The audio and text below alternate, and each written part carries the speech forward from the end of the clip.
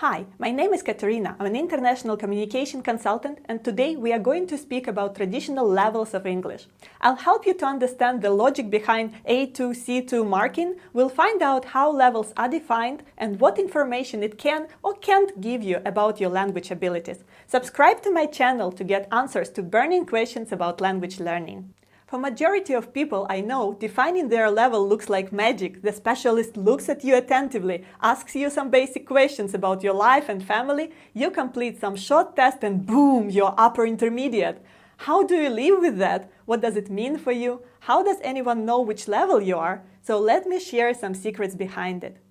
With increasing popularity of English language around the globe, appeared the need to teach and test it among foreigners. What started long time ago as translating and learning religious books by heart turned into a huge industry with a lot of scientific research to support and develop it. In one of my previous videos, I explained that language learning is about knowledge and skills.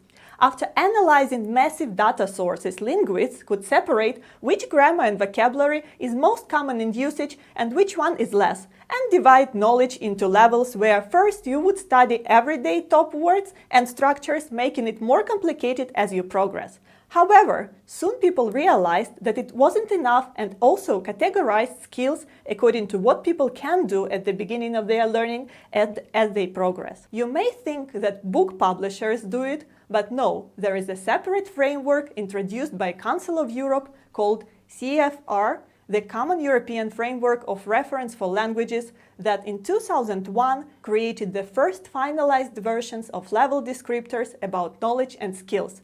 Not only about English, but also another 33 foreign languages.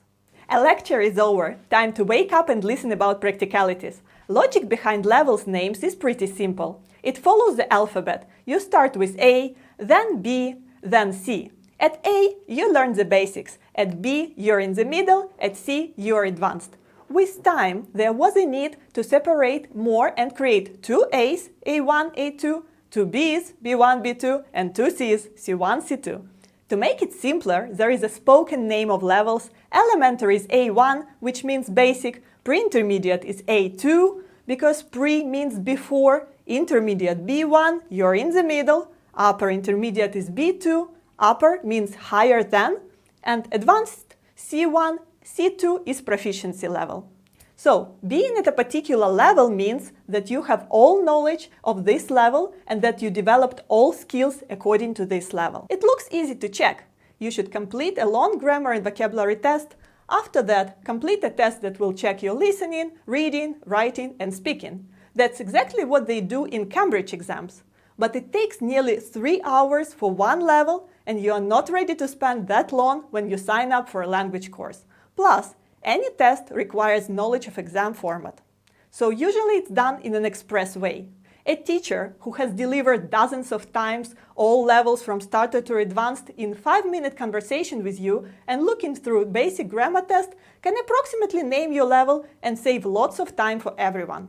The drawback is that it helps to put you in the right group, but it doesn't give you information about your strengths and weaknesses and which skills are developed at which level.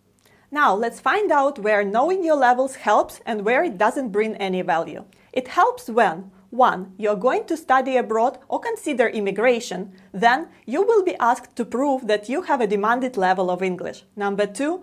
You're planning a career in an international company. You should have at least B1 level. This is minimum knowledge and skills to start with. 3. You would like to get to a professional level of English by becoming translator, teacher, any other type of job. In this case, your level is your credibility. When it doesn't help?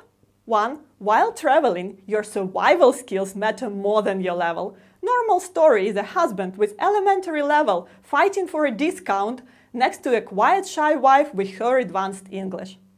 2. In business communication with B1 plus level. We can compare language learning with swimming. Your first priority is to learn how to swim so you don't drown. Your definite benefit is when you can swim in the correct way because you look better, swim longer, and get tired less. But what happens next is an individual story. Some will swim only in swimming pools, some will take part in competitions, others prefer diving. The same with language. Until you reach B1 level, you can't swim well. After that, you stop concentrating on covering all levels and instead get more focused on your individual needs. For example, I have seen people with confirmed advanced level of English who couldn't negotiate at all. 3. If you're a self-learner, in this case, you usually go your own way, especially if you learn through films and communication with native speakers. Most probably, you won't fit traditional level frames because you might have advanced vocabulary knowledge and elementary grammar. Much better option in your case would be to ask a specialist to evaluate your personal strengths and weaknesses and to improve what is important for you. To summarize, please remember, levels are used for general guidance and exam purposes. What you can do in English in real life and whether it fits your current needs is what makes real difference. Let me know in comments which other questions you have about levels. Subscribe to my channel, follow me on Facebook. Thank you. See you.